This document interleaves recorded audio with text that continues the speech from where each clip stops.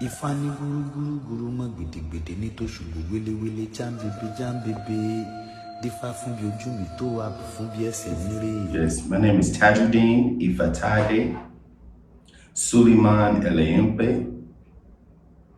Traditionally, Ifatade is a traditional name. My birth name is Tittle, and my family in which I trace my roots is Suleiman Eleyempe.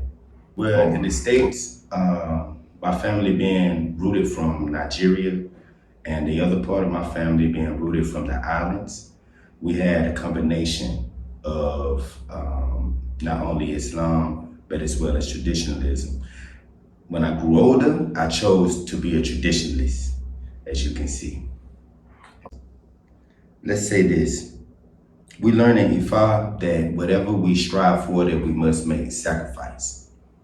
One of the greatest sacrifices that I made was the sacrifice for finding knowledge itself.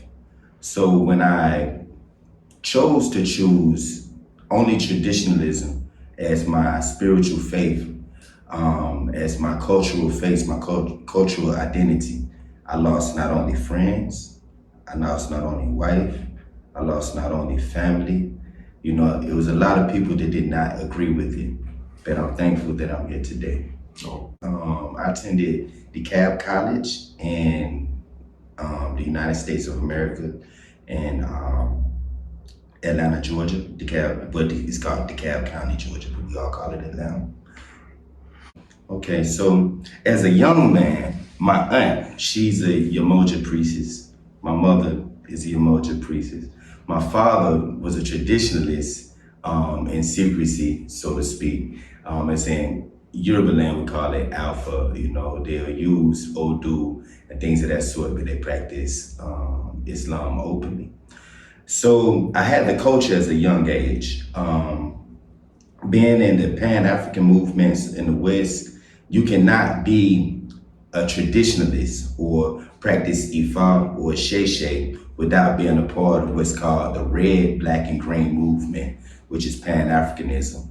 So from that, visiting Oyotunji village, the Babalawos in Atlanta, everybody from Chief and Brother Akinyele, Chief Akinyele, these are the people that actually guided my path on the traditionalism.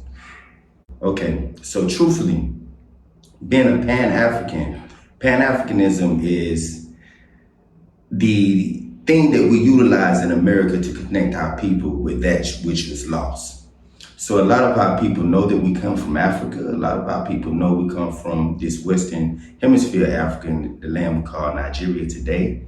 And a lot of the traditions are still kept in the West. And so growing up, it's always been about Africa. Everything has always been about connecting back to your roots, connecting. So through my challenges in life and growing up in the States, I didn't know how it was gonna come. I just knew that one day I dreamed of coming. I actually originally came here by meeting someone from here.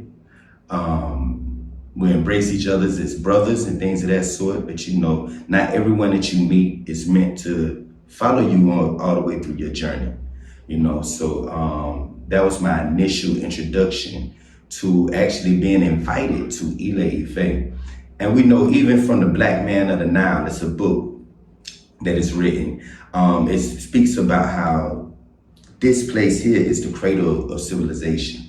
And so what better place to start my journey into Isese and learning from the origin than to come to Ile Ife.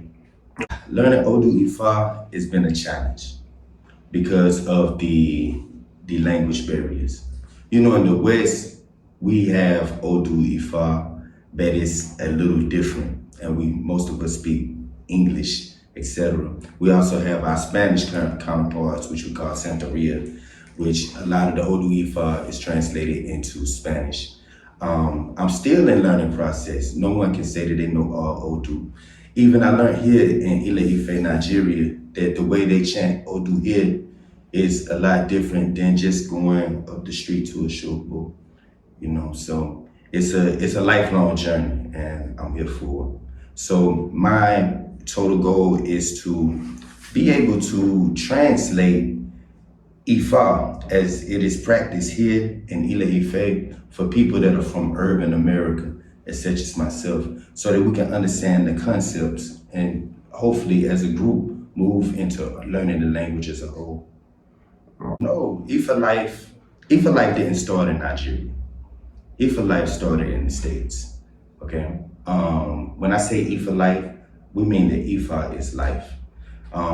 In the States, we have lots of traditionalists, strong Babalawos, strong Iyanifas. Though they may not speak Yorubas fluently, the word works and it stands for itself.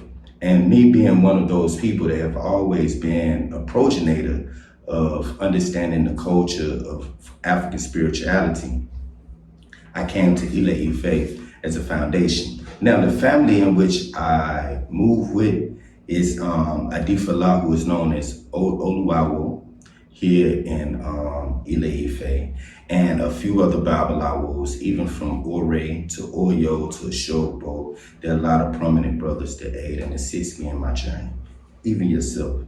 All right.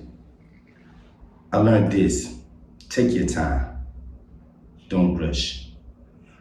The main thing that a lot of our people coming from the West and the diaspora especially fail in their journey is rushing.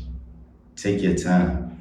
Just as destiny unfolds every day, this is how your Onapade unfolds. This is how destiny unfolds every day, each and every way.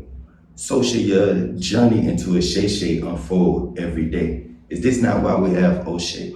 Is this not why we have the days for the Orisha? Because it's an everyday thing. Take your time, don't rush, be sincere.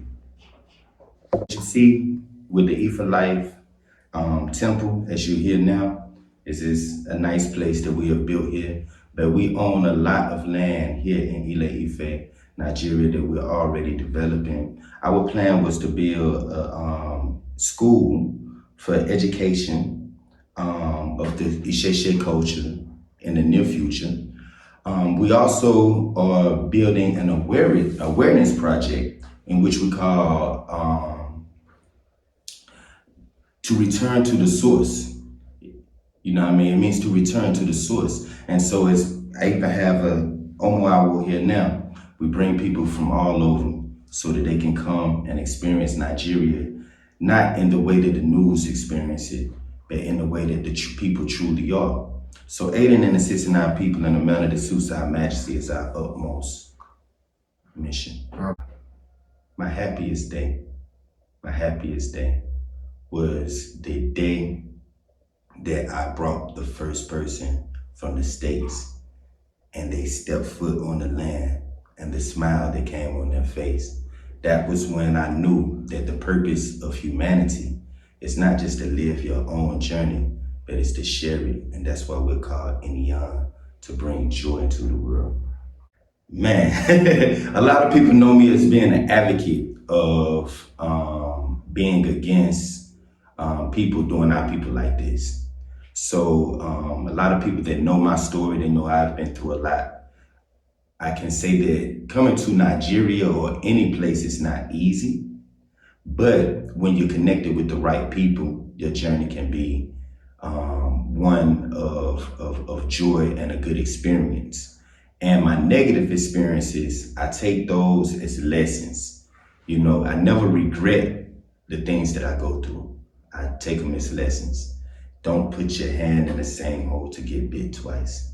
That's the Olu. For all of my people that are watching, we're gonna say, Mojuba Oludumare, Mojuba Olafun, Mojuba Olarum, Mojuba Bobo Arisha, Bashagun Ota, Kiku Komapa, Kiarun Komashe, Kiaje Kodefun, Funre Alafia, Funre Alera, Funre Bobo, Ire, Ashe, Ashe, Ashe.